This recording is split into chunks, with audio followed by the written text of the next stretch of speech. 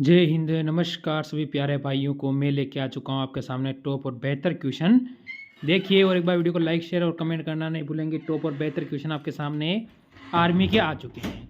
तो पहला क्वेश्चन आपके सामने जो आया है वो क्या कह रहा है, देखिए। दुनिया का सबसे गहरा सागर आपसे पूछा गया है। सागर का मतलब हो गया है महासागर, ठीक है। महासागर, ये आपको ध्यान रखना है, ठीक है। कोई डाउट नहीं रखना है। तो आप कहोगे ऑप्शन नंबर सी की ओर जाओगे, जैसे कि प्रशांत महासागर, ठीक है। आगे बढ़ो क्वेश्चन नंबर 2 की ओर। देखो, राज्यसभा के एक सदस्य के लिए अवधि क्या होती है। राज्यसभा का जो सदस्य होता है उसके लिए जो अवधि होती है वो कितनी होती है, ये आपको बताना है। तो इसमें अपना उत्तर क्या दोगे, जल्दी बता दो कि राज्यसभा के सदस्य की अवधि कितनी होती है। तो आपका उत्तर यहाँ से होगा ऑप्शन नंबर डी, ग, यानी राज्यसभा कभी भंग नहीं होती है, क्योंकि इसके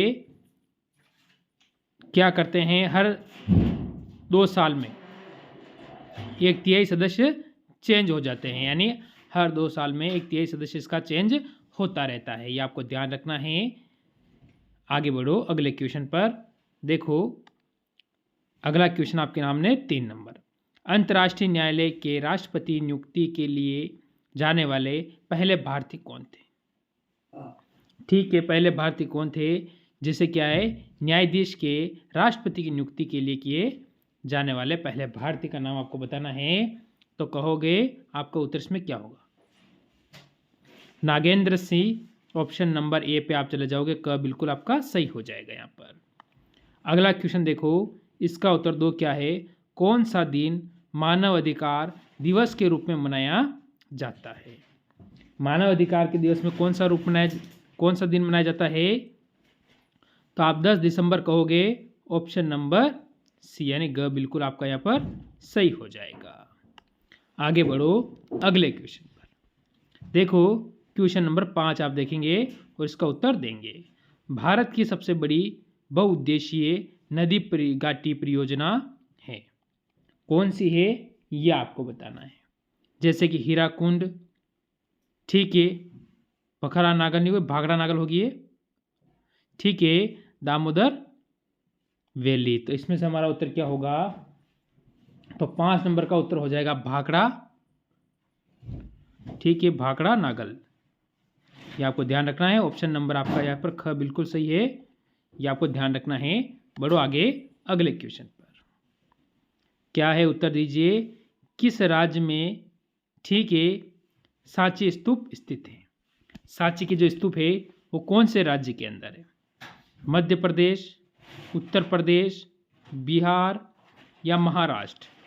तो हमारा उत्तर इसमें क्या होगा, तो सभी को पता है क्वेश्चन नंबर 6 का उत्तर हो जाएगा, यानी option number A, Madhya Pradesh का बिल्कुल आपका इसमें सही है। आगे बढ़ जाओ अगले क्वेश्चन पर, ठीक है। इंच 1 T1 कार्यक्रम से संबंधित है, तो किससे संबंधित है, यह आपको बताना है इस क्वेश्चन के अंतर्गत। तो 7 नंबर का उत्तर आप क्या दे रहे हैं, जल्दी से बताएंगे इस क्वेश्चन में। तो हम इसमें क्या कहेंगे 7 नंबर का, जल्दी से, प्रौढ़ शिक्षा। ऑप्शन नंबर का आपका बिल्कुल इसमें सही हो जाएगा। आगे बढ़ो 8 नंबर, भारत और पाकिस्तान के बीच शिमला संधि पर हस्ताक्षर कब किए गए थे। जो शिमला संधि हुई थी उस पर हस्ताक्षर कब किए गए थे। तो हम इसमें क्या कहेंगे, जैसे 1955, 1971, 1962 या 1972। तो ऑप्शन नंबर डी, घ आपका बिल्कुल सही होगा, 1972। आगे बढ़ो अगले क्वेश्चन पर। महानदी कहाँ से निकलती है, यानी जो महानदी है वो कहाँ से निकलती है, ये आपको बताना है। तो आपका उत्तर क्या होगा। पहली बात, तो महानदी कहाँ गिरती है, बंगाल की खाड़ी में, ठीक है, बंगाल की खाड़ी में गिरती है, आपको ध्यान रखना है। महानदी कहाँ गिरती है, बंगाल की खाड़ी में गिरती है, ये आपको विशेष करके याद रखना है, ठीक है। बंगाल की नदी, यहाँ से बहुत सारी नदियाँ गिरती हैं, पर महत्वपूर्ण इसमें 8 नदियाँ गिरती है बंगाल की खाड़ी में, ये भी आपको ध्यान रखना है। तो हमारा उत्तर यहाँ से जो बनेगा वो बनेगा रायपुर, रायपुर, यानी ऑप्शन नंबर का हमारा बिल्कुल सही है। आगे बढ़ो। कौन सी पुस्तक आनंद मठ से लिखा गया था? ठीक है, कौन सी पुस्तक है जो आनंद मठ लिखा गया था? उस पुस्तक का नाम है, किसके द्वारा लिखा गया था, ये आपको होना चाहिए। यहाँ पर किसके द्वारा आनंद मठ पुस्तक लिखा गया था, किसके द्वारा? कौन पुस्तक नहीं होगा, किसके द्वारा होगा। ठीक है, तो आप कहोगे यहाँ से जो हमारा उत्तर होगा वो होगा Bankim Chandra Chatterjee. Option number A बिल्कुल सही हो जाएगा। आपका उत्तर एकदम सही है इसमें। आगे बढ़ो अगले क्वेश्चन पर। 11 नंबर, मेघदूत के लेखक, बिल्कुल ये सही लिखा हुआ है। मेघदूत पुस्तक है, उसके लेखक कौन है? कालिदास, तुलसीदास या कौटिल्य या वेद व्यास? तो हमारा उत्तर इसमें क्या हो जाएगा? तो इसमें भी कालिदास हमारा उत्तर होगा। यहाँ पर कालिदास, मेघदूत पुस्तक के लेखक है कालिदास।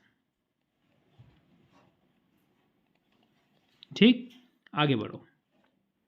अगला क्वेश्चन नंबर 12, सौर मंडल का सबसे बड़ा ग्रह है। सौर मंडल का सबसे बड़ा ग्रह कौन सा है? बृहस्पति, विंस, बुध। तो आप ऑप्शन ऐसे ही काट सकते हो, इनमें से कोई नहीं होगा, ये भी काट सकते हो। बुध छोटा है, तो ऑप्शन नंबर ए यानी क के ऊपर ऐसे आप जा सकते हो। आगे बढ़ेंगे क्वेश्चन नंबर 13 की ओर। निम्न में से कौन हमारी संसद का हिस्सा नहीं है? तो संसद का हिस्सा कौन नहीं होता है? तो सभी को पता है, अध्यक्ष होता है, जो लोकसभा का अध्यक्ष होता है, लोकसभा होती है, इनमें से कोई नहीं, ऐसा तो हो नहीं सकता। तो मुख्य न्यायाधीश नहीं होता है, ये आपको ध्यान रखना है। ऑप्शन नंबर ग आपका बिल्कुल सही हो जाएगा। आगे बढ़ो। अशोक ने अंतिम लड़ाई कहाँ लड़ी थी? ठीक है, ये बताना है आपको, जो अशोक ने अंतिम लड़ाई लड़ी थी वो लड़ी कहाँ पर थी? तो सभी को पता है कलिंग, जो कि 261 ईसा पूर्व में हुआ था। ठीक है, 261 ईसा पूर्व में हुआ था। अशोक मौर्य वंश का शासक था। ठीक है, ये आपको याद रखना है। तो ऑप्शन नंबर बी आपका उत्तर बिल्कुल सही हो जाएगा, कलिंग का युद्ध लड़ा गया था। आगे देखो, गौतम बुद्ध कब पैदा हुए थे, यानी उनका जन्म। अब यहाँ पैदा होने की जगह आप कर सकते हो जन्म। गौतम बुद्ध का जन्म हुए थे। ठीक है, ठीक है, तो अपना उत्तर यहाँ से हो जाएगा 15 नंबर का, यहाँ से ऑप्शन नंबर क, यानी 563 ईसा पूर्व। आगे बढ़ो अगले क्वेश्चन पर। अब ये साइंस के क्वेश्चन आपके सामने आए हैं, इनका उत्तर दो जल्दी से। एक युवा स्वच्छ आदमी के दिल की धड़कन की दर क्या होती है? तो सभी को पता है ख, यानी ऑप्शन नंबर बी, इसमें आपका उत्तर बिल्कुल सही है, ऐसा कोई है नहीं, 72 बार।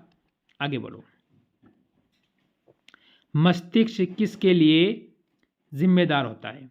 यानी खाली स्थान पर क्या आएगा वो बताना है, किसके लिए? जैसे सोचना, दोनों, शरीर संतुलन और क, ख और ग। तो हमारा उत्तर इसमें क्या होने वाला है? जो 17 नंबर का उत्तर बनेगा वो बनेगा दोनों, यानी सोचने के लिए और शरीर का संतुलन के लिए भी होता है। तो ग आप इसमें उत्तर बिल्कुल सही दे दोगे। आगे बढ़ो। रक्त से शुद्ध होता है, यानी शुद्ध कहाँ पर होता है रक्त आपका? इसमें आपके सामने उत्तर आ रहा है घ, तो सभी ने दे दिया हुआ उपयुक्त सभी, जैसे गुर्दा, हृदय और फेफड़ा, यानी ये आपका उत्तर हो जाएगा यहाँ से कौन सा? ग। आगे बढ़ो अगले क्वेश्चन का उत्तर दो, इसका क्या है? तापमान, ठीक है, दिखाने के लिए थर्मोमीटर में प्रयोग किया जाता है, जैसे लीड, पारा, चांदी या इनमें से कोई नहीं। तो हमारा उत्तर यहाँ से क्या हो जाएगा?